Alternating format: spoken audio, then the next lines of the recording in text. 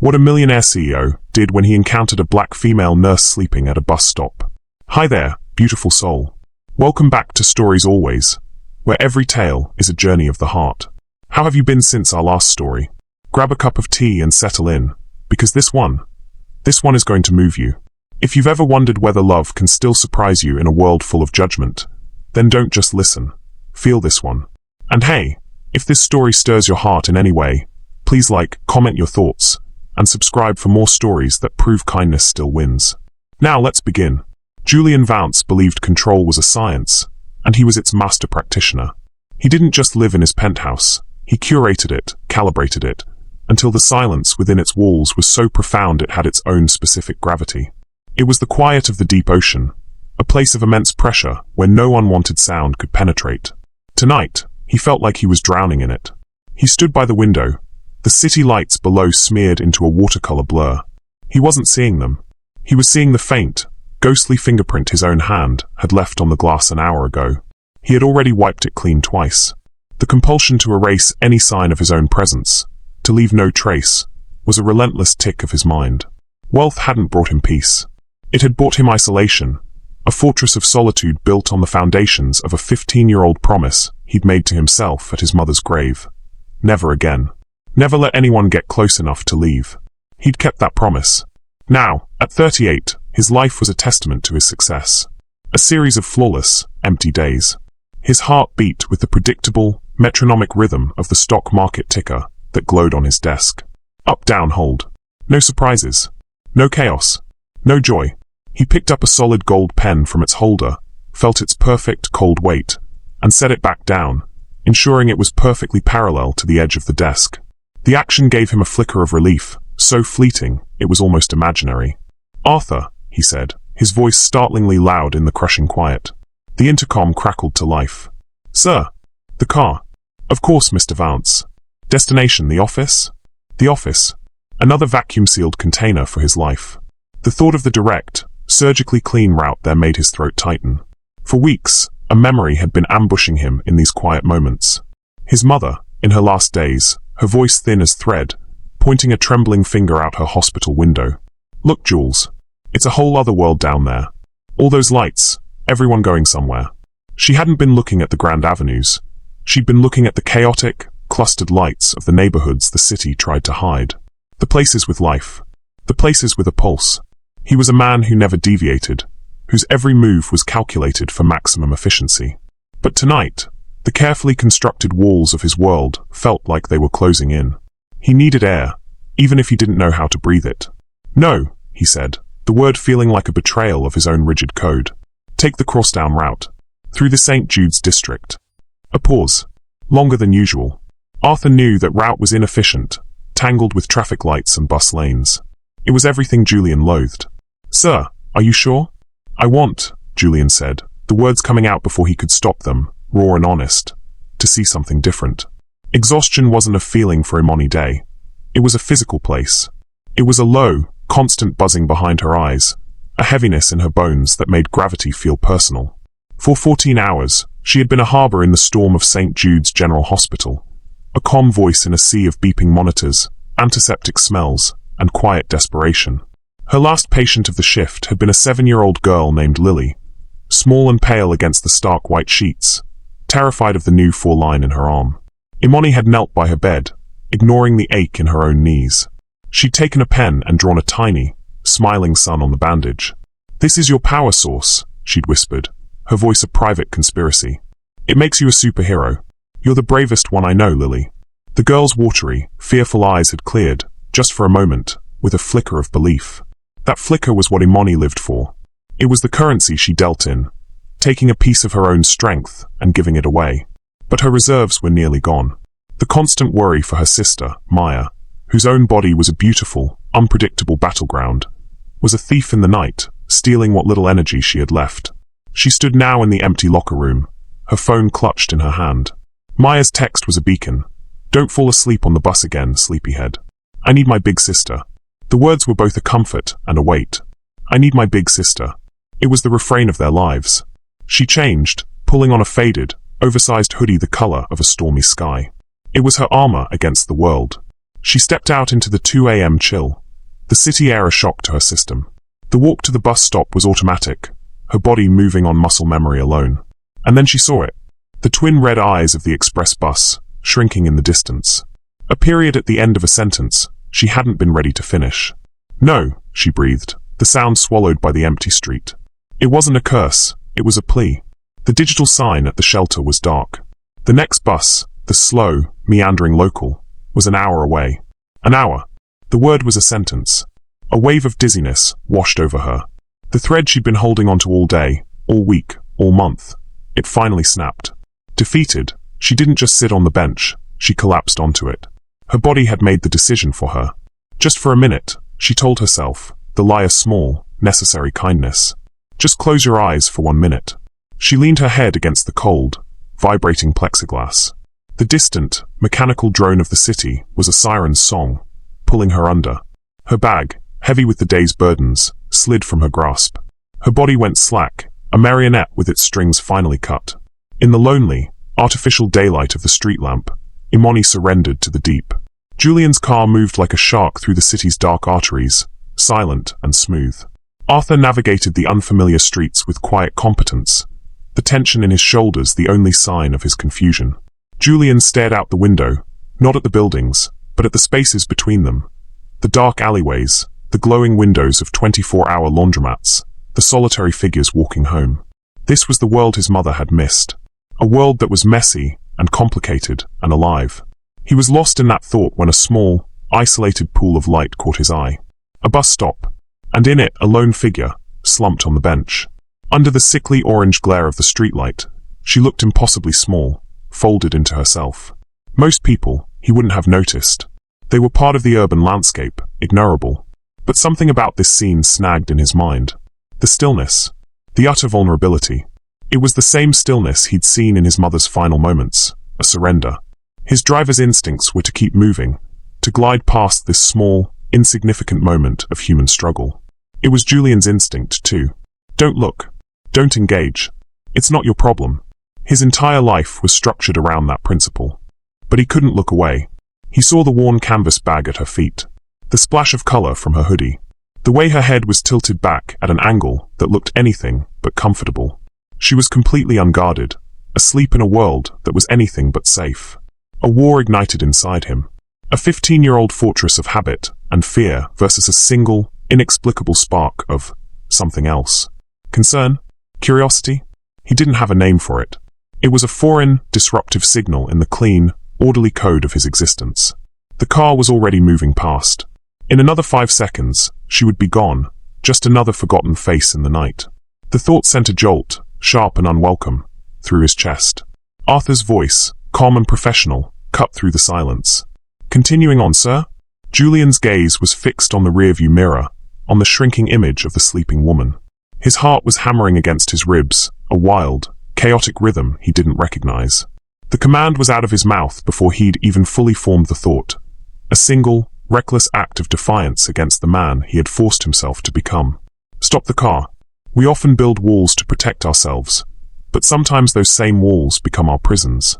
Have you ever felt trapped by the very defenses you created? Share your thoughts in the comments below. Stop the car. The words, spoken in a low, tight voice, hung in the silent interior of the Maybach. They were a violation of a decade of established order. Arthur, the driver, did not question the command, but his hands tightened on the leather-wrapped steering wheel, the only sign of his surprise. The car, a vessel of silent obedience, glided to a halt 20 feet past the bus shelter, its engine a barely perceptible whisper. For a moment, nothing happened. There was only the sound of Julian's own breathing, shallow and fast, and the frantic, alien thumping of his own heart. He was looking in the side mirror, at the small, illuminated stage of the bus stop. The woman hadn't moved. A solitary figure in a vast, empty city. An island. He knew that feeling. He lived on one. Drive away, the voice of reason, the voice of 15 years of disciplined self-preservation, screamed in his head. This is not your concern. This is a breach of protocol. This is a risk. But another, quieter impulse, something ancient and unfamiliar, held him fast. It was the same feeling he'd had as a boy, standing at the edge of a cold lake, wanting to dive in but terrified of the shock. He was standing on that edge right now. With a motion that felt both jerky and impossibly slow, he reached for the door handle. The click of the latch was like a gunshot in the silent car. Arthur's eyes flicked to the rearview mirror, his expression unreadable, but heavy with unspoken questions. Julian ignored it. He pushed the heavy door open and stepped out. The city hit him like a physical blow. The air, damp and smelling of rain-soaked asphalt and exhaust fumes, was a stark contrast to the filtered, climate-controlled world he inhabited. A distant siren wailed, a sound he usually only registered as a faint, ignorable disturbance. Out here, it was sharp, mournful, real. The cold seeped through the fine wool of his suit, raising goosebumps on his skin. He felt exposed, raw. He shut the car door, the solid thud echoing in the empty street. He was on the pavement now, alone. The distance between him and the bus shelter seemed immense, a chasm he had to cross. Each step he took felt deliberate, momentous. His expensive, leather-soled shoes, usually striding across polished marble floors, made a soft, scraping sound on the gritty concrete. He was an alien in this environment, his bespoke suit a beacon of everything that didn't belong here. He stopped about 10 feet away from her, hidden in the partial shadow just outside the direct glare of the streetlight. And he watched. She was younger than he'd first thought, maybe late 20s. Her face, in sleep, was stripped of all its defenses. It was a face that held the ghost of 100 different expressions. He could see the faint lines of concentration around her eyes, the subtle curve of a smile that lingered on her lips, but overlaying it all was a profound, bone-deep weariness. It was in the slackness of her jaw, the way her head was tilted back against the hard plexiglass, a position of total, trusting surrender. Her chest rose and fell in a slow, steady rhythm. A strand of a dark braid had fallen across her cheek, and he had the most absurd, insane urge to reach out and tuck it behind her ear. The thought was so shocking, so intimate, that he physically flinched, taking a half-step back. What was he doing here? This was madness. He was Julian Vance. His time was measured in thousands of dollars per minute. He managed assets, he mitigated risk. He did not stand in the cold on a deserted street corner, staring at a sleeping stranger. And then he saw it. Her hands were tucked into the sleeves of her hoodie, but one of her wrists was exposed. On it was a simple, braided bracelet of colorful thread, the kind a child might make. The image hit him with the force of a physical impact. The world tilted, the streetlights blurred, and for a heart-stopping second, he wasn't here. He was in a sterile, white hospital room 15 years ago.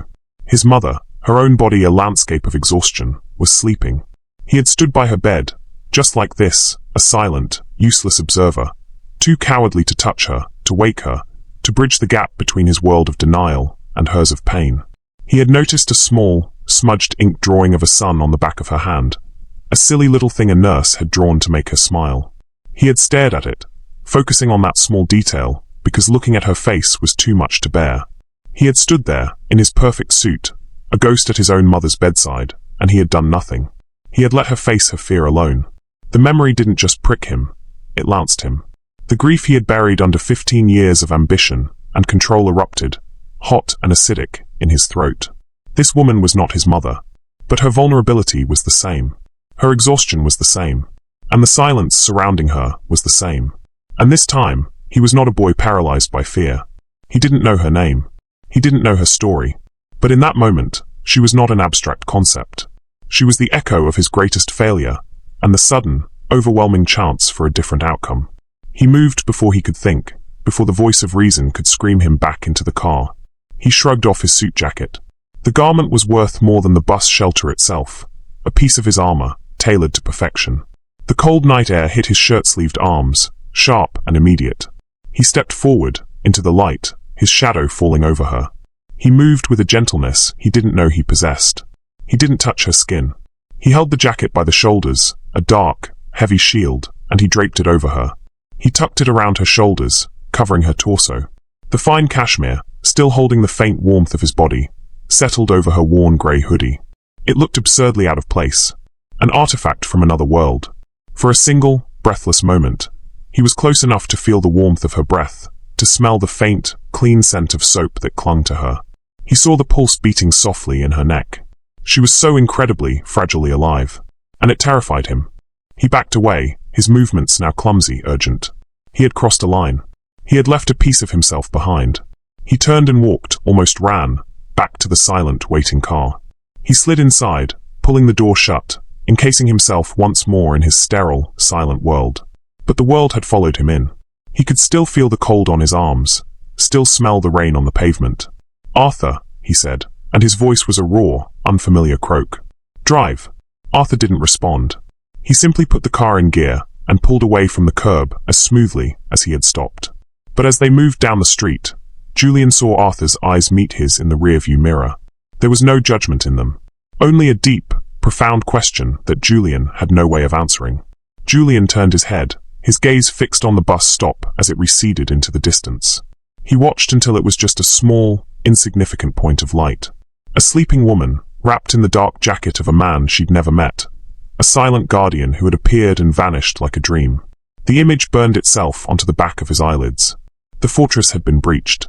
Not by force, but by a quiet, inexplicable act of his own making. And he had no idea what came next. Guess what, family? The foundation is set. Now the aftershocks.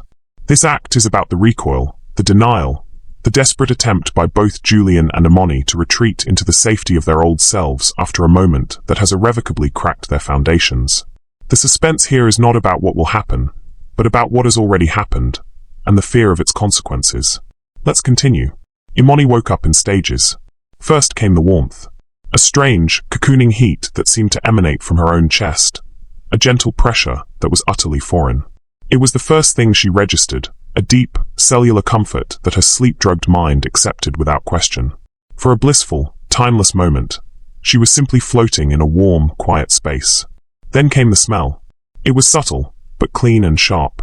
Sandalwood, a hint of leather, and something else, something crisp and expensive, like the air in a high-end boutique she'd once wandered into on a whim. It was the scent of a world that was not her own. Her eyes snapped open. The world came rushing back in a disorienting, terrifying flood. The sickly orange glow of the streetlight. The hard, cold plastic of the bench under her legs. The gritty texture of the concrete at her feet. And the weight. The impossible weight on her shoulders. She jolted upright, a gasp catching in her throat. A dark, heavy fabric slid from her shoulders and pooled in her lap. She stared down at it, her heart hammering against her ribs like a trapped bird. It was a man's suit jacket. Charcoal grey, exquisitely tailored, lined with silk that felt like water against her fingertips. It was impossibly soft, impossibly fine. It still held a phantom warmth. "What?" she whispered, her voice hoarse. Her head whipped around. The street was empty. Silent. The dark storefronts across the road stared back like vacant eyes. There was no one. She was alone. But she hadn't been. A cold dread, far more chilling than the night air, washed over her. Someone had been here. Someone had stood over her while she slept, close enough to place this thing on her. The intimacy of the act was a violation. Her vulnerability, which had felt like a surrender to exhaustion just moments before, now felt like a reckless, dangerous mistake. Who had it been? Some creep? Some predator marking his territory? Her hands flew to her body, checking her pockets, her bag. Everything was there. Her wallet, her keys, her phone. Nothing was missing. But something had been added. This jacket. This silent, confounding piece of evidence. She picked it up. It was heavy, substantial. In the inside breast pocket, her fingers brushed against a small, stiff rectangle. She pulled it out. It was a business card, thick and cream-colored, the lettering embossed in a severe, black font. Julian Vance. CEO. Vance Global. The name meant nothing and everything. A CEO. A man whose name was printed on a card that probably cost more than her dinner. This wasn't some random act. This was what? Pity. A rich man's careless gesture. A piece of charity tossed to the less fortunate? The thought curdled in her stomach, sour and hot. The initial fear was replaced by a wave of burning humiliation. He had seen her. At her lowest, most pathetic point. Asleep at a bus stop like a vagrant. A charity case. And he had draped his expensive life over her, a silent judgment. She felt exposed, seen in a way that made her skin crawl. Her fierce, guarded pride, the armor she wore every single day, had been breached. With a strangled cry of frustration and rage, she stood up. She looked at the jacket in her hands, this symbol of his world, of his power, of her weakness. She wanted to throw it into the street, to let it be run over by the dawn's first garbage truck. But it was too substantial, too real. It was evidence of her shame. Instead, she grabbed the business card. Julian Vance. She ripped it into 4 small, sharp pieces, and threw them into the overflowing trash can next to the bench. The gesture felt small, insufficient, but it was all she had.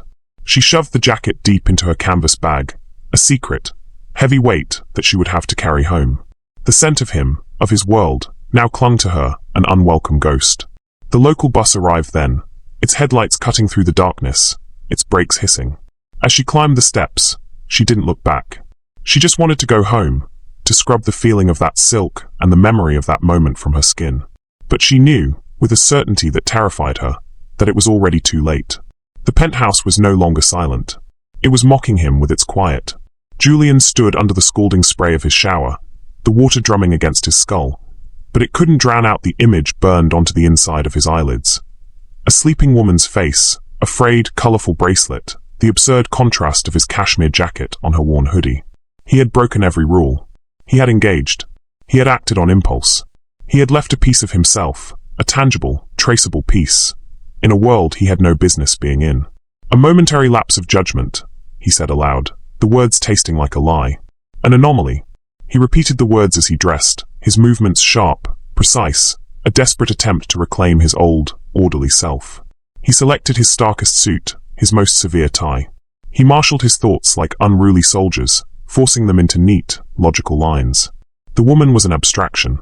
The event was a data point to be analyzed, categorized, and filed away.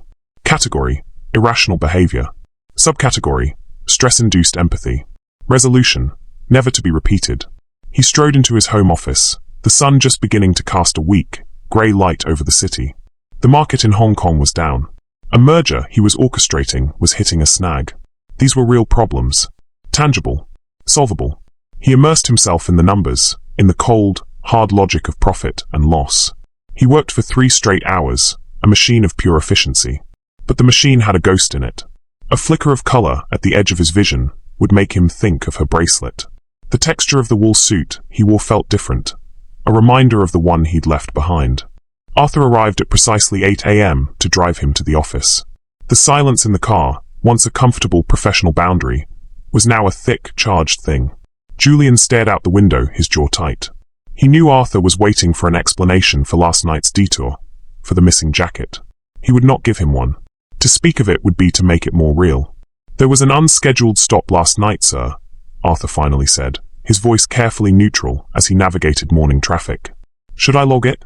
"No," Julian snapped, his voice colder than he intended. "There was no stop. We drove. We arrived. That's all." "Yes, sir," Arthur said, his eyes meeting Julian's in the mirror for a fraction of a second. The question was still there, but now it was tinged with something else. Concern. It was intolerable. In his office, the feeling of being watched, of being known, intensified. He barked at his assistant over a scheduling conflict. He eviscerated a senior vice president over a minor rounding error in a report. He was re-establishing his territory, reinforcing the walls, projecting an aura of untouchable, ruthless control. He was Julian Vance, CEO, a man who did not stop for strays. But late in the afternoon, while staring blankly at a page of legal boilerplate, he found himself pulling out his personal phone. His fingers moved with a will of their own, typing a name into a search engine. Imani Day. He had no idea if that was her name. It was just a name he'd plucked from the air. But as he looked at the blank search bar, he realized the truth. He hadn't just left the jacket. In a moment of madness he couldn't explain, he had slipped his business card into the pocket. Why? It was the act of a fool. A direct line back to him. An invitation. He had run from the scene, but he had left a forwarding address. The contradiction was a fissure running through the foundation of his identity. He had fled from the connection, but he had also, inexplicably, provided the means to forge it. He slammed the laptop shut. He stood up and walked to the window, staring down at the city, at the thousands of anonymous people scurrying below. She was one of them, and she had his jacket, and his name, and he had no idea if that thought filled him with more terror, or with a strange, terrifying flicker of hope. He was a man who had lost control, and the silence that followed was the sound of his entire, carefully constructed world beginning to unravel. For 3 weeks, Imani managed to bury the memory of that night. She shoved the jacket into a plastic bag and hid it in the deepest, darkest corner of her closet, a tangible piece of shame she refused to look at. She worked double shifts, throwing herself into the chaos of the hospital with a feverish energy. She scrubbed floors with the night janitors, organized supply closets, and picked up any overtime she could get. Exhaustion was her shield. If she was tired enough, she wouldn't have to think. If her body ached enough, she wouldn't have to feel. But the memory lingered at the edges. The scent of sandalwood would waft from a passing stranger, and her stomach would clench. She'd see a dark, expensive car glide by, and her breath would catch. The ghost of Julian Vance, the faceless CEO, haunted her. He was a symbol of a world that had looked upon her with pity, and she hated him for it. Her life was focused on one thing, Maya. Her sister had been in a period of fragile remission, a calm sea that Imani knew could turn stormy at any moment. Maya's autoimmune disease was a cruel thief, stealing her energy, her ability to paint, her future. The experimental medications that kept it at bay were a constant, crushing financial burden, a mountain of debt that Imani chipped away at with every grueling shift. The call came on a Tuesday. Imani was just finishing a 16-hour stretch, her mind a numb fog, when she saw the hospital's internal number flash on her phone. It was Dr. Evans, Maya's specialist. "Imani," he said, his voice gentle but laced with an urgency that made the hair on her arms stand up. "You need to come down to the infusion center. It's Maya. She's had a significant relapse." The world dissolved into a tunnel. The sounds of the nurse's station faded to a dull roar. All she could hear was the frantic beating of her own heart. She ran. She didn't remember the elevator ride, or the frantic push through the double doors. She just remembered the sight of her sister, small and pale in a recliner, and 4 drips snaking into her arm. Maya tried to smile, but the effort was a painful grimace. "Hey, sleepyhead," Maya whispered, her voice weak. "Told you not to work so hard." Dr. Evans pulled Imani aside, his face grim. "It's the disease. It's found a way around the current treatment. It's progressing, and it's aggressive. So we try something else," Imani said, her voice shaking but firm. "There's always something else." Dr. Evans sighed, a heavy, tired sound. "There is," he said carefully. "It's a new biologic therapy. The trial results have been remarkable. But Imani, it's not commercially available yet. It's only accessible through a compassionate use program." "Okay," Imani said, grabbing onto the word. "Okay, how do we apply?" "The program is funded by a single source," Dr. Evans continued, his eyes full of pity, the very thing she despised. "A philanthropic foundation. They have a notoriously difficult and lengthy review process. And the cost, even subsidized, it's astronomical." Imani felt the floor drop out from under her. "What foundation?" she asked, the words a prayer and a curse. Dr. Evans slid a brochure across the counter towards her. And there it was. The same severe, black font from the business card she had ripped into pieces. The Vance Foundation. The name was a physical blow. For a moment, she couldn't breathe. It was a cruel cosmic joke.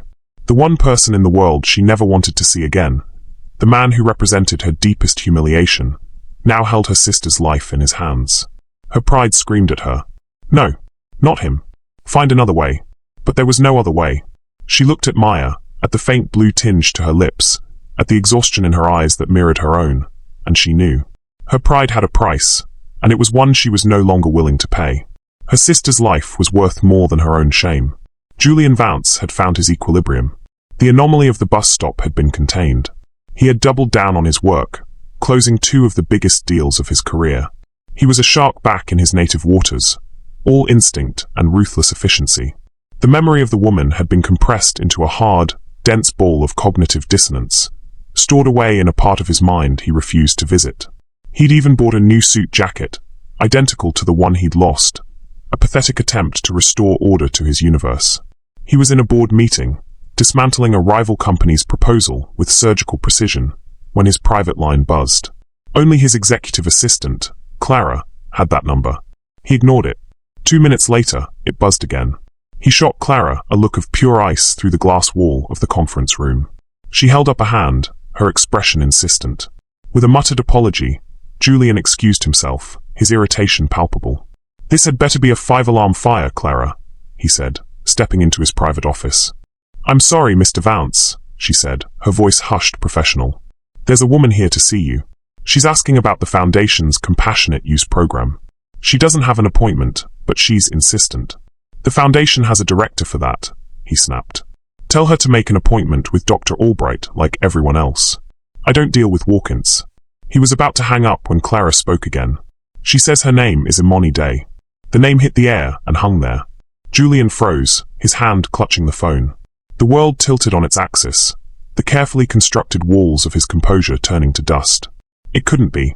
It was a coincidence. A different Imani day. And, Clara added, her voice dropping even lower, she's carrying a black plastic bag. She said to tell you, it belongs to you. The blood drained from his face. The hard, dense ball of memory in his mind exploded, flooding every corner of his consciousness. The bus stop, the cold air, the scent of soap, the weight of his jacket. She was here. Here. In his building. Outside his office. Don't let her leave, he said, his voice a strangled whisper. Send her in. He hung up the phone, his hand trembling slightly. He walked to his desk, sinking into his chair, which suddenly felt less like a throne and more like an electric chair. He was the master of this universe. He controlled everything, everyone. But in this moment, he had no control at all. He had no idea what she would say, what she would do, what she would demand. The mystery of her was a terrifying, exhilarating void. The door opened, and she walked in. She was different from how he remembered her in sleep. Awake, she was a force. Her posture was ramrod straight, her chin held high, but he could see the storm in her eyes, a maelstrom of fear, defiance, and desperation. Her hands were clenched into tight fists at her sides. She was wearing a simple nurse's uniform. The smiling suns on her scrubs a heartbreaking contrast to the anguish on her face. In one hand, she clutched the strap of a worn canvas bag. In the other, she held the black plastic bag. She stopped in the center of the vast, silent room, the space between them charged with a voltage that was almost visible. Neither of them spoke. The silence stretched, thick with everything unsaid. His pity, her shame, his transgression, her desperation. Their shared, secret moment under a lonely streetlight. Finally, she took a step forward. With a gesture that was both deliberate and deeply humiliating, she placed the plastic bag on the edge of his massive mahogany desk. I believe this is yours, she said, and her voice, though quiet, was clear and steady. It was the voice of a woman who had walked through fire to get here, and it sliced through his defenses like a surgeon's scalpel. He was no longer a CEO looking at a walk-in. He was Julian Vance, a man looking at the woman he couldn't forget, and she was here to collect a debt he didn't even know he owed. Hey family, the fuse has been lit. Now we detonate the past, where the true, hidden reason for Julian's actions is revealed. Not to her, but to himself. It's an act of discovery, where a simple administrative task becomes a devastating emotional excavation, recontextualizing everything he thought he knew about his connection to this woman. Let's see what happens. Julian stared at the black plastic bag on his desk. It was a cheap, flimsy thing, a stark and ugly intrusion into the curated perfection of his office. It was a bomb. He couldn't bring himself to look at Imani. Looking at her would mean acknowledging the hurricane of emotions swirling in the room, and he was a man who preferred the calm, dead center of the storm. He fell back on the only defense he had, the cold, impersonal armor of his position. Ms. Day, he began, his voice a low, formal rumble that felt utterly inadequate. My assistant mentioned you had an inquiry for the foundation. He gestured to one of the chairs opposite his desk, an invitation that felt more like a command. Please, sit. Imani did not sit. She remained standing, a pillar of defiant dignity. I'm not here for an inquiry, Mr. Vance. I'm here to apply. Her voice didn't waver, but he saw the slight tremor in her hands, the subtle tightening of her jaw. He saw the cost, the sheer, monumental effort it was taking her to be here, to ask him for anything. The sight of it chipped another piece from his carefully constructed facade. The application process is quite extensive, he said, defaulting to bureaucratic procedure. It's handled by Director Albright's office. There are forms, medical reviews. There isn't time for forms, she cut in, and for the first time, a crack appeared in her composure. Her voice was sharp with a pain that was raw and immediate. My sister, Maya, she doesn't have time. The name, Maya, hung in the air. Julian felt an unfamiliar pang. He had dealt with billion-dollar deadlines, with hostile takeovers that could crumble in an hour, but the simple, desperate deadline of a human life was a weight he hadn't felt in 15 years. He finally met her eyes. He saw the exhaustion he remembered from the bus stop, but now it was sharpened by terror. He saw the pride he had witnessed in her refusal of his help, now bent, but not broken by necessity. He saw a woman who would tear the world apart for her sister. He made a decision. He reached for his keyboard. Tell me her name. Your sister's. Maya Day, Imani said, her voice dropping to a near whisper. She's at St. Jude's General. St. Jude's General. The name of the hospital struck him with a strange resonance. A dull, distant bell tolled in the back of his mind.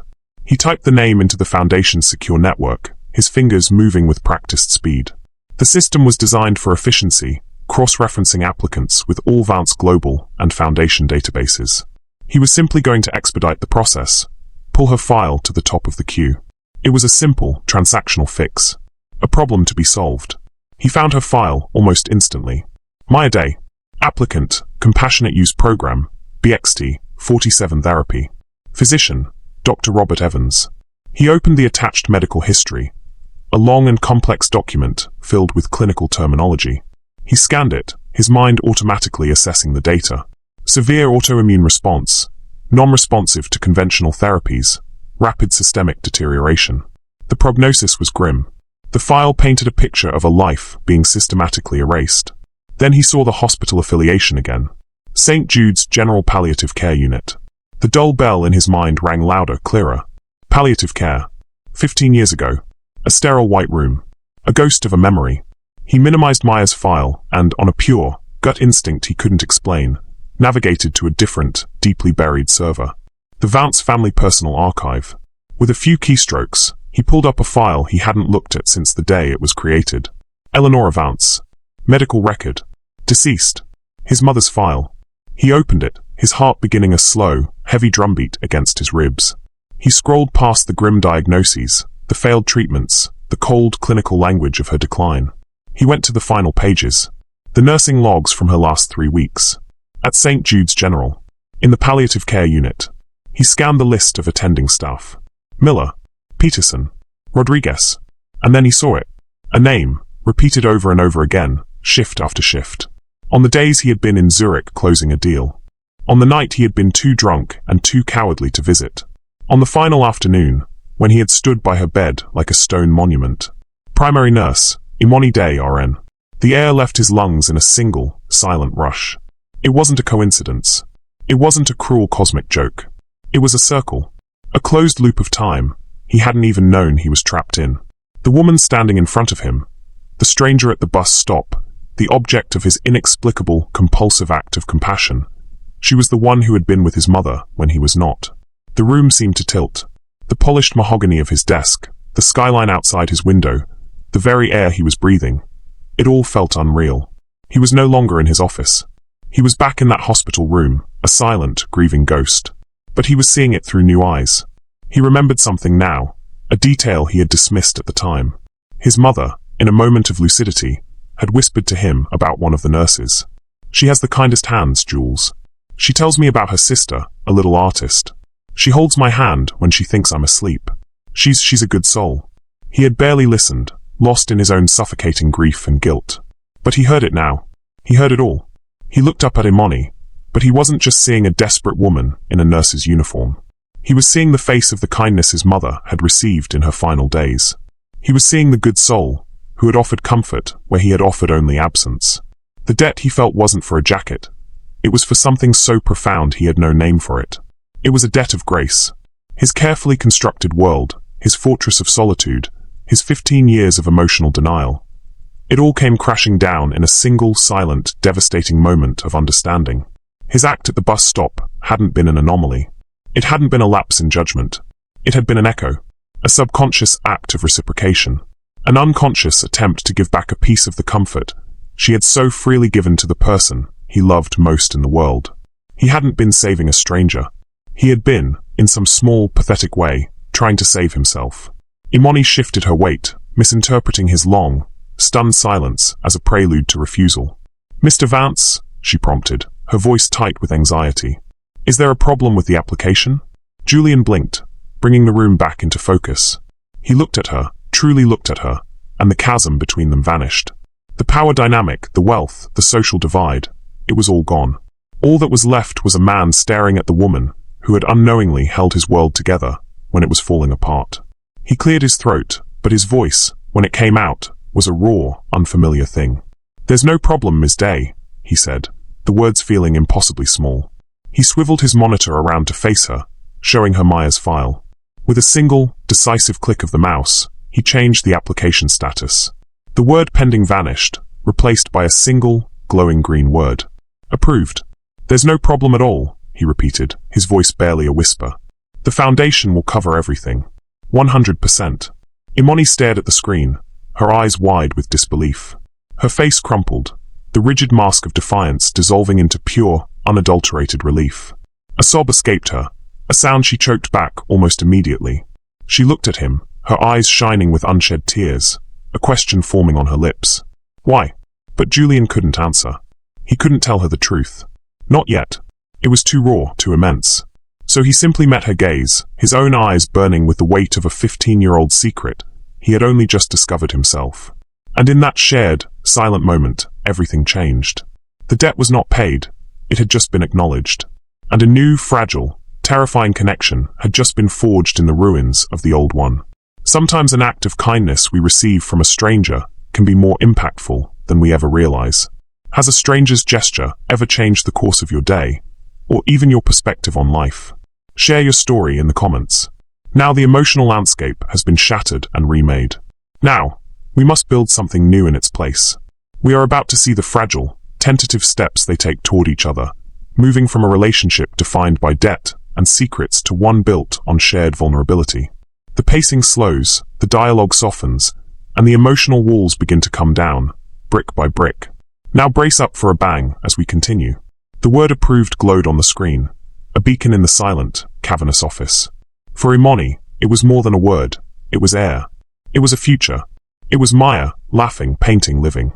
The iron bands that had been constricting her chest for years snapped, and the relief was so sudden, so overwhelming, that her knees buckled. She gripped the edge of Julian's desk to steady herself, a single, choked sob escaping her lips before she could force it back down. She looked at him, her eyes swimming with tears she refused to let fall. The question was right there, burning behind her eyes. Why? Why this sudden, total generosity? Why him? The man from the bus stop, the man whose pity she had scorned, was now her sister's savior. It made no sense.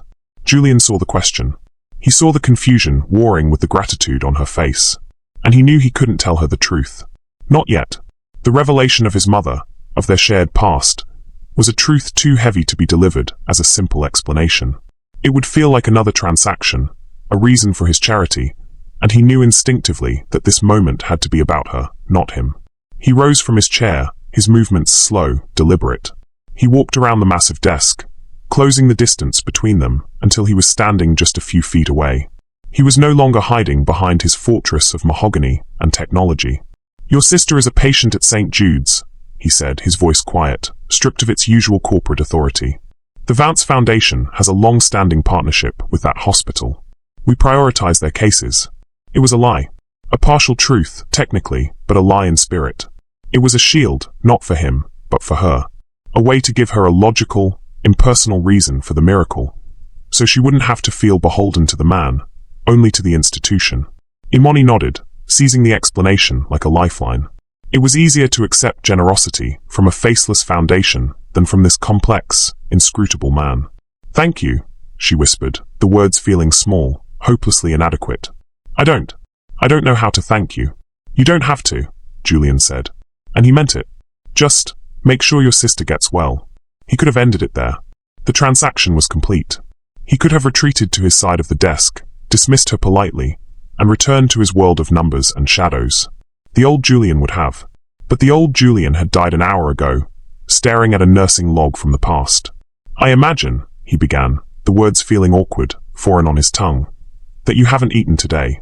Imani blinked, thrown by the sudden, human shift in conversation. What? There's a coffee shop downstairs, he said, the offer feeling like a risk greater than any billion-dollar merger. A quiet one.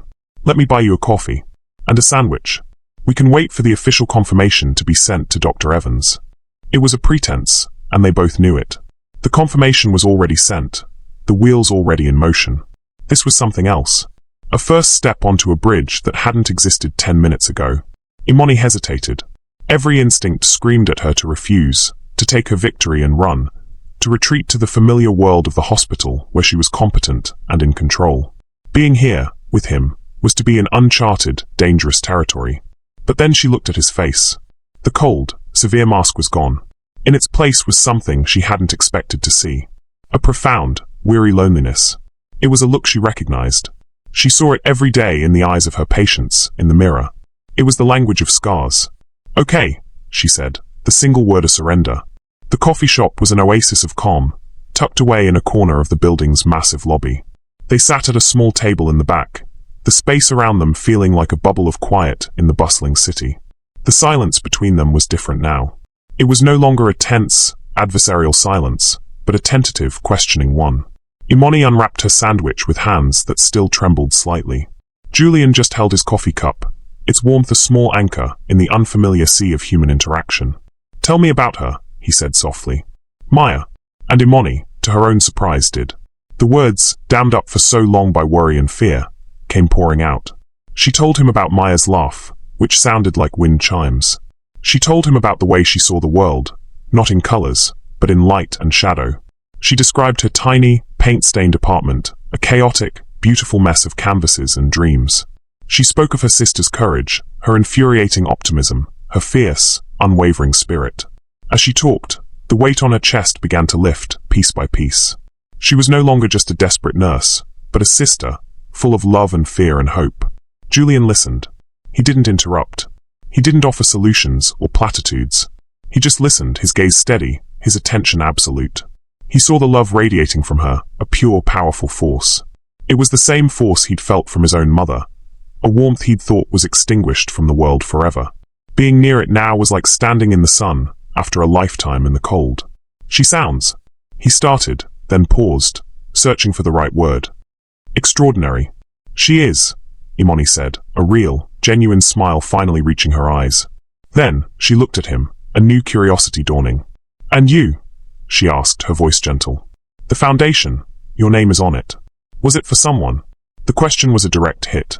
He could have deflected, given her another corporate-approved answer about legacy and philanthropy. But her honesty, her raw, open vulnerability, demanded the same in return. "My mother," he said, the words feeling rusty from disuse. "Her name was Eleonora. She passed away a long time ago. The foundation was started in her memory." He looked down at his hands, at the faint scar on his knuckle from a stupid childhood accident his mother had fussed over for a week. She was a good soul. He used the same words his mother had used to describe Imani. The echo was a silent tribute, a secret he kept for himself. But the sentiment was real. Imani heard the truth in his voice. She heard the deep, ancient grief that he carried, the same way she carried her fear for Maya. She saw that his fortress wasn't built of arrogance, but of pain. In that moment, he was no longer Julian Vance, the billionaire CEO. He was just a son who missed his mother. They sat in silence for a while longer, drinking their coffee, the unspoken truths of their lives filling the space between them. The chasm of wealth and class and circumstance had vanished. All that was left were two people, each burdened by their own love and their own loss, who had found a moment of unexpected, fragile peace in a quiet corner of a busy world. When Imani's phone buzzed, it was Dr. Evans. His voice was ecstatic. Maya was scheduled to begin the new treatment first thing in the morning. Imani stood up, her face transformed by a joy so pure it was breathtaking. "I have to go," she said, her voice thick with emotion. "I have to tell her." "Of course," Julian said, standing as well. They stood there, caught in an awkward, charged moment. A handshake felt too formal. A hug felt impossible. "Julian," Imani said, using his first name for the first time. It felt both strange and perfectly natural. "Thank you. Not for the money. For the coffee. For listening." "Imani," he replied, his own voice softer than he'd ever heard it. "You're welcome." As she turned and walked away, a new woman from the one who had entered his office, Julian felt a profound shift within himself. For the first time in 15 years, the silence he was returning to didn't feel like a fortress. It felt like an empty room, waiting to be filled. The bond between them, forged in secrets and sealed in vulnerability, was no longer fragile. It was real, and it was just beginning. Now the bond has been forged in a moment of peace, but it's a bond the world doesn't understand. Now, the harsh light of reality must intrude. Now we will see the shatter point, where external forces twist their fragile connection into something ugly, testing their deepest insecurities and seemingly proving their worst fears about each other to be true. Are you ready? The days that followed were a blur of cautious hope. Maya responded to the new treatment with a strength that astonished her doctors. The color returned to her cheeks. The light returned to her eyes. For the first time in years, Imani could breathe. She could walk through a day without the constant, low-grade hum of terror in her veins. And into that quiet space, Julian entered. It started with a text. Just wanted to see how Maya is doing. Imani, sitting by her sister's hospital bed, watching her sketch in a notebook for the first time in months, smiled as she typed back. She's drawing again. It's a good day. The texts became a daily ritual. He never pried, never offered anything but quiet support. He'd ask about Maya, and then he'd ask about her. Did you get any sleep? Have you eaten? They were simple questions, but for Imani, who had spent her entire life being the caregiver, being cared for was a dizzying, unfamiliar sensation. A week later, he asked her to dinner. Not to a flashy, Michelin-starred restaurant designed to intimidate, but to a small, quiet Italian place in a neighborhood she'd never heard of. My mother's favorite, he'd explained, and the simple, vulnerable admission was all it took for her to say yes. That night was a revelation. Away from the sterile environments of hospitals and corporate towers, they were just two people. They talked for hours. He spoke of his lonely childhood, a boy raised by nannies and tutors, his only real warmth coming from a mother who was often frail. She spoke of her own upbringing, of the fierce, protective love she felt for the little sister who had always been her whole world. He didn't talk about his wealth, and she didn't talk about her struggles. They talked about favorite books, terrible movies, the strange, quiet beauty of the city at dawn. He had a dry, unexpected wit that made her laugh, a real, full-throated laugh she hadn't heard from herself in years. She had a fierce intelligence and a passionate heart that he found himself mesmerized by. For Julian, it was like learning a new language. The language of sharing, of laughing, of simple, uncomplicated connection. The silence inside him, once a roaring void, was now filled with the memory of her voice, her smile. The fortress was gone. He was standing in the open, and it was terrifying, and it was the most alive he had ever felt. One evening, after visiting Maya, Imani found him waiting for her in the hospital lobby. He wasn't on his phone or talking to an assistant. He was just watching the flow of people, a quiet observer. He gave her a small, shy smile. I was in the neighborhood, he said, a lie so transparent it was charming. Walk with me? They walked through the cool, evening air, their shoulders occasionally brushing. It was a comfortable, easy silence. As they neared her apartment, he stopped her under a streetlight. Imani, he said, his voice low. I haven't felt like this. Ever. And before she could process it, before her own fears and insecurities could rush in, he leaned down and kissed her. It wasn't a passionate, demanding kiss. It was gentle, tentative, a question. And she answered, her heart soaring, her hands finding their way to his chest. It was a moment of pure, unadulterated grace. A promise. The flash of a camera shattered it. They sprang apart, blinded. Another flash went off from across the street. A figure with a long-lens camera ducked into a waiting car, which sped off into the night. The beautiful, fragile moment was instantly poisoned. The air turned cold, heavy with dread. Who was that? Imani whispered, her heart sinking like a stone. Julian's face was a mask of cold fury. The gentle, vulnerable man from moments before was gone, replaced by the ruthless CEO. I don't know, he said, his voice tight, dangerous. But I'm going to find out. He didn't have to wait long. The next morning, the story was everywhere. A popular, vicious society gossip blog had the exclusive. The headline was a gut punch. Vance's newest merger, a nurse in need. Billionaire CEO's latest philanthropic project gets personal. The article was a masterpiece of cruel insinuation. It painted Imani as a clever, calculating charity case who had seduced her way into the billionaire's good graces. It framed Julian's generosity as a cynical PR move, a way to add a human touch to his cold corporate image. And there, at the top of the article, was the picture. The two of them, under the streetlight, caught in a moment of intimate connection, now twisted into something transactional and ugly. They had even dug up a photo of her, exhausted and asleep at the bus stop, taken from a security camera, and placed it alongside a picture of Julian at a lavish gala. The contrast was a public crucifixion. Imani felt the blood drain from her face. Every word was a confirmation of her deepest, darkest fears. That she was a project, a prop. That his interest wasn't in her, Imani, but in her story, the struggling nurse, the damsel in distress. The world was seeing her exactly as she'd been terrified of being seen on the night she woke up with his jacket on her shoulders. A pathetic charity case. The public humiliation was a physical agony. She felt stripped bare, her private life, her sister's illness, her fragile, budding hope. All of it laid out for public consumption and ridicule. Her phone buzzed relentlessly with texts from friends, from co-workers, from people she hadn't heard from in years. The shame was suffocating. She was in a haze of horror when Julian called. She ignored it. He called again, and again. Finally, she answered, her voice a dead, flat monotone. "Imani, please," he began, his voice frantic. "Don't believe what you're reading. It's a lie. A corporate rival, trying to sabotage me. I'm handling it." But all she could hear was the language of his world. Corporate rival. Sabotage. Handling it. It sounded cold, strategic, devoid of the emotion she was drowning in. "A lie," she repeated, a bitter, broken laugh escaping her lips. "The picture isn't a lie, Julian. They got that part right, didn't they? The billionaire and the nurse from the bus stop. It's a great story. A great PR move." "No, it wasn't like that. You know it wasn't," he pleaded. But the seed of doubt planted that first night had now taken root and bloomed into a monstrous, poisonous tree.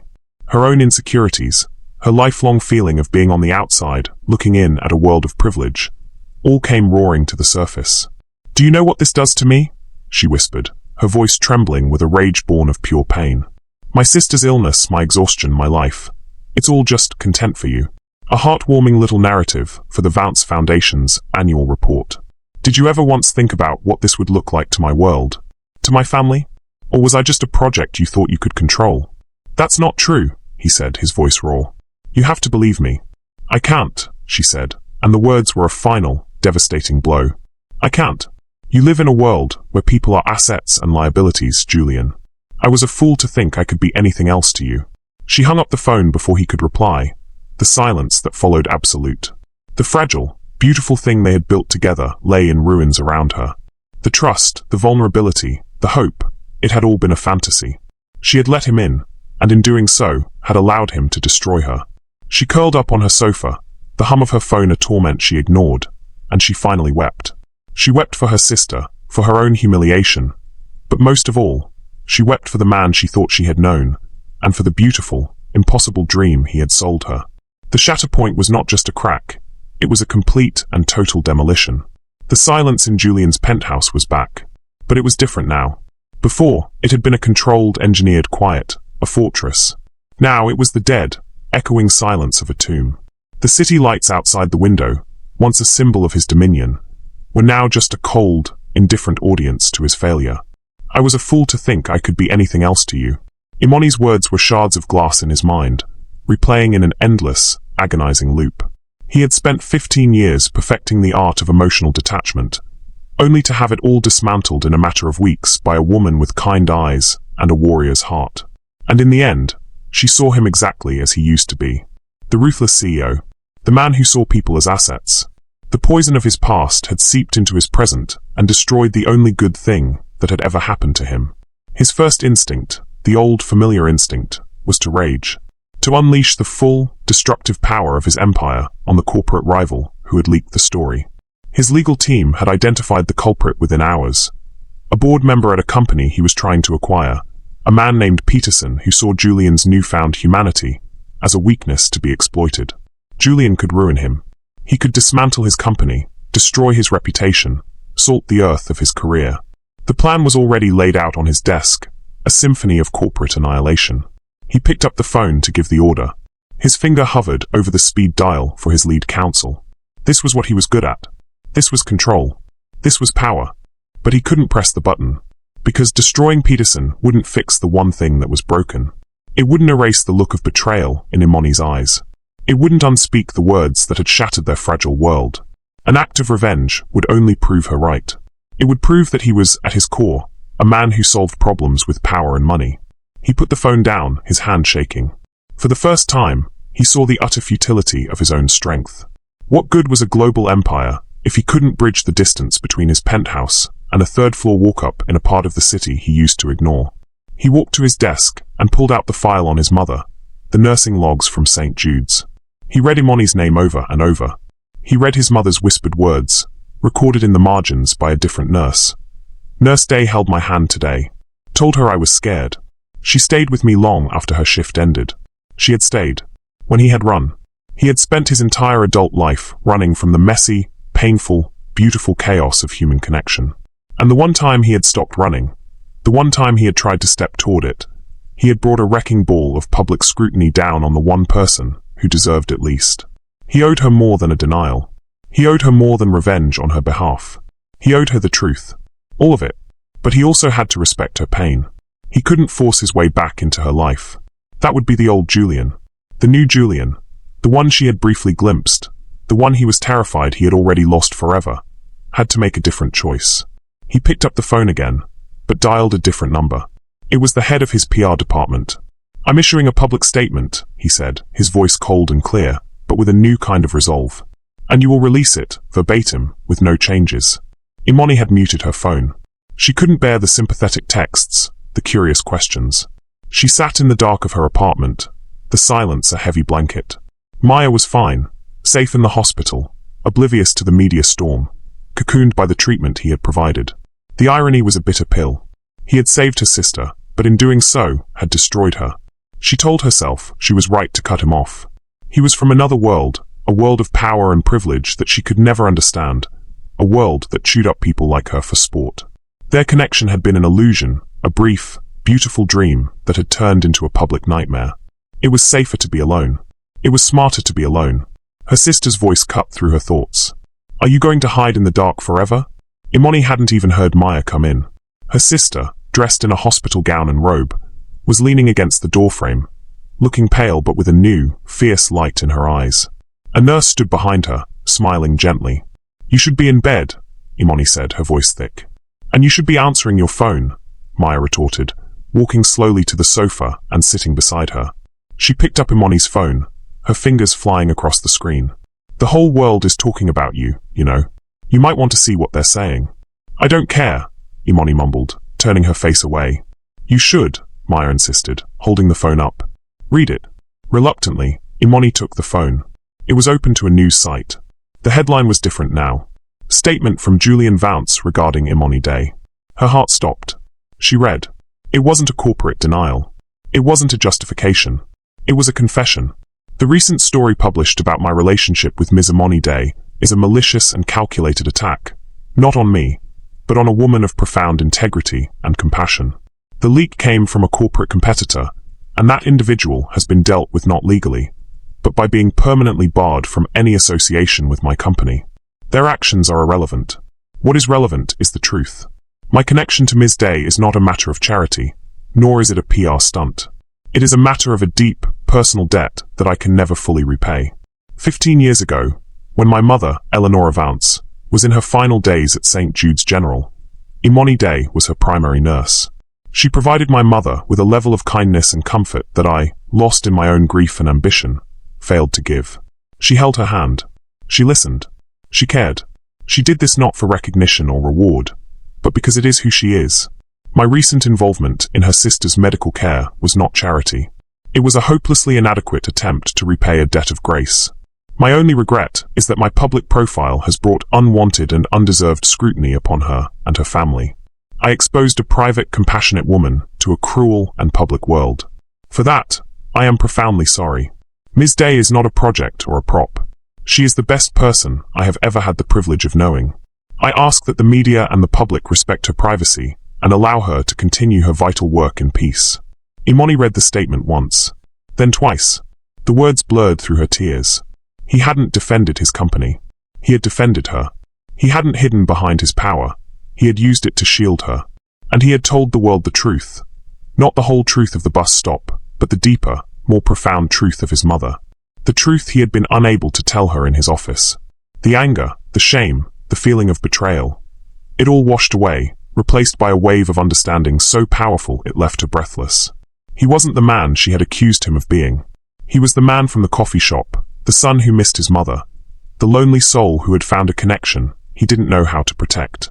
She had let her fear speak for her. Her pride, her own deep-seated belief that she wasn't worthy of this kind of love, that it had to be a transaction. She had pushed him away, wounded him, and he had responded not with anger, but with a raw, public act of love and protection. Wow, Maya breathed beside her. So, he's not just a rich guy. He's Prince Charming, with a backstory. Imani looked at her sister, then back at the phone. He had retreated. He had respected her boundary. He had said his piece and stepped back, leaving the choice entirely, terrifyingly, up to her. She could stay here, in the safe, familiar quiet of her world. Or she could walk back into the storm and find the man who was waiting there. It was the same choice she'd faced in his office, her pride or her heart. But this time, she knew the answer. She knew what she had to do. The question was no longer if she should reach out, but how. Where did a story like theirs even begin to heal? And then she remembered. It had to be at the place where it all started. Now the choice has been made. All that remains is the final, emotional reckoning. The resolution, where the narrative comes full circle. It's about closing the distance, speaking the final truths, and choosing a future together. Let's continue. The bus stop looked exactly the same, and yet, everything was different. The streetlights still cast the same sickly orange glow. The plexiglass of the shelter was still scarred with graffiti. The hard plastic bench was still just as unwelcoming. But to Imani, it was no longer a place of shame and exhaustion. It was a landmark. A beginning. A sacred space. She didn't know why she had come here. It was a pull, an instinct. After reading Julian's statement, after a long, tearful conversation with Maya, she had known she couldn't just call him. A text felt too small, an email too cold. Their story, with all its strange, silent beginnings, deserved a better setting for its next chapter. So she had put on a warm coat, told Maya she'd be back soon, and taken the bus. Not home, but back to this spot, the epicenter of the earthquake that had shaken her life. She sat on the bench, the cold seeping through her jeans, and she waited. She wasn't sure what she was waiting for. For clarity? For courage? Maybe she was just waiting for the right words to come to her. She pulled out her phone, her thumb hovering over his name. What would she even say? I'm sorry. You were right. I was wrong. The words felt like pebbles against a mountain. A pair of headlights cut through the darkness, slowing as they approached. Imani's heart leaped into her throat. But it was just the local bus, the same one she had taken on that fateful night, hissing to a stop in front of her. The doors opened with a pneumatic sigh, an invitation to escape, to go home, to retreat back into the safety of her world. The driver looked at her, waiting. For a moment, she was tempted. It would be so easy. But she shook her head, and the doors hissed shut, and the bus pulled away, leaving her once again alone in the quiet pool of light. She had made her choice. She wasn't running anymore. She was staring down the long, empty avenue when she saw it. Another pair of headlights, but these were different. Sharper, whiter. They belonged to a car that moved with a silent, predatory grace. A Maybach. It glided down the street, and for a heart-stopping moment, she thought it would continue past, a ghost of a memory. But then it slowed. It stopped. 20 feet past the shelter, in the exact same spot it had stopped weeks ago. The world seemed to hold its breath. The back door opened, and Julian stepped out. He wasn't wearing a suit. He was in simple dark trousers and a cashmere sweater, the fabric the same charcoal grey as the jacket he had left for her. He looked thinner, his face etched with a weariness that went deeper than exhaustion. He looked like a man who hadn't slept in days. He hadn't been looking for her. She knew that instantly. He looked shocked to see her there, his eyes wide with disbelief. He had been drawn back to this place for the same reason she had, to connect with the moment his life had changed. He closed the car door, the thud echoing in the night, and he began to walk towards her. Each step was slow, deliberate, uncertain. He stopped 10 feet away, in the same spot he had stood before, a man on the edge of two worlds. They simply stared at each other for a long moment, the silence thick with everything that had happened between them. A jacket, a business card, a life-saving approval, a coffee, a first kiss, a public humiliation, a heartfelt apology. It was all there, in the space between them. Imani was the first to speak, her voice a soft whisper that carried in the quiet air. You came back. So did you, he answered, his voice rough with emotion. She stood up, closing the distance between them until they were standing in the center of the streetlight's glow. I read your statement, she said. The things you said about my being with your mother. It was all true, he interrupted, his gaze intense. Every word. It's the truth, I should have told you in my office. But I was a coward. I didn't want you to think my helping Maya was just paying a bill. I know, she said, a small, sad smile on her face. I should have known. You were never the man I accused you of being. I let my own fear, my own pride, get in the way. I'm so sorry, Julian. I hurt you. He took another step closer, his hand coming up as if to touch her face, but he stopped himself, his fist clenching at his side. You had every right to be angry. I brought my world crashing down on top of yours. That's what I do. I'm a storm. I break things. No, she said, and now she was the one who reached out, her fingers gently uncurling his fist, her palm pressing against his. His hand was cold, but she held it tight. You don't break things. You stopped for a stranger at a bus stop. You draped your ridiculously expensive jacket over her, so she wouldn't be cold. You saved my sister's life. You listened to me when I thought no one in the world could understand. You're not a storm, Julian. You're the one who woke me up. His shoulders slumped, the tension seeming to drain out of him in a single, shuddering breath. He looked down at their joined hands, then back up at her face, his eyes shining with unshed tears.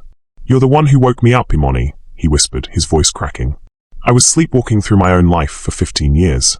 I was in a fortress of my own making, and I didn't even realize I was the prisoner. That night, seeing you here, it was the first real thing I had felt since my mother died. You saved me, and I almost destroyed us. You didn't, she assured him, her voice full of a certainty that wrapped around him like a shield. You didn't destroy us. You just showed me that I needed to be brave enough to believe in this. In you. He finally brought his other hand up, his fingers gently tracing the line of her jaw. His touch was no longer hesitant. It was sure. It was a promise. I love you, Imani Day, he said, the words raw, honest, and stripped of all artifice. I love your courage, and your kindness, and your fierce, beautiful heart. I don't know how to do this, how to be the man you deserve, but I will spend the rest of my life learning, if you'll let me. Tears were streaming down Imani's face now, but they were tears of joy, of relief, of a love so powerful it felt like coming home. I love you too, Julian Vance, she replied, her voice thick with emotion. And you don't have to learn. You just have to be the man who is standing right here, right now. And then he kissed her. It wasn't the tentative, questioning kiss of their first encounter. It was a kiss of reunion, of forgiveness, of a future chosen and claimed. It was a kiss that sealed the final truth. That love, true and unexpected, could find you in the loneliest of places, at the darkest of hours, and lead you out into the light. The Maybach waited silently. The city hummed its distant, mechanical lullaby. And at a forgotten bus stop, under the steady gaze of a single streetlight, a millionaire CEO and a compassionate nurse, two souls from different worlds, finally found their way home, not in a penthouse or a hospital, but in each other. Their story had started here, in silence and separation. And it was here, with spoken words of love and a final, binding kiss, that their forever truly began. This story began with a single, unexpected act of kindness. What do you think is the one lesson we can all take away about the power of small gestures in a world that often feels disconnected? We'd love to read your final thoughts in the comments. Thank you for joining us on this journey. Thanks for joining today and staying to the end. See you tomorrow. Don't forget to subscribe.